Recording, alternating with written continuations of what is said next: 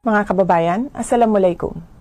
Ayon sa isang nagpakilalang testigo, may kinalaman umano ako sa Oplan Tukhang, sa Davao Squad, at sa mga insidente ng pagpatay o extrajudicial killing sa Davao. Bago ang script na ito.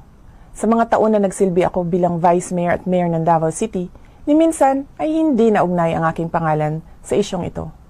Bigla na lang nagkaroon ng testigo laban sa akin nang mahalal ako na Vice President. At kabilang na nga ako ngayon sa mga akusado sa International Criminal Court. Maliban sa tiyempo, malinaw na sadyang pinilit lang na maidugtong ang pangalan ko sa isyong ito para ako maging akusado sa ICC. Ang pagpupumilit ng ICC na pakialaman ang ating hudikatura ay panghihimasok sa ating soberanya.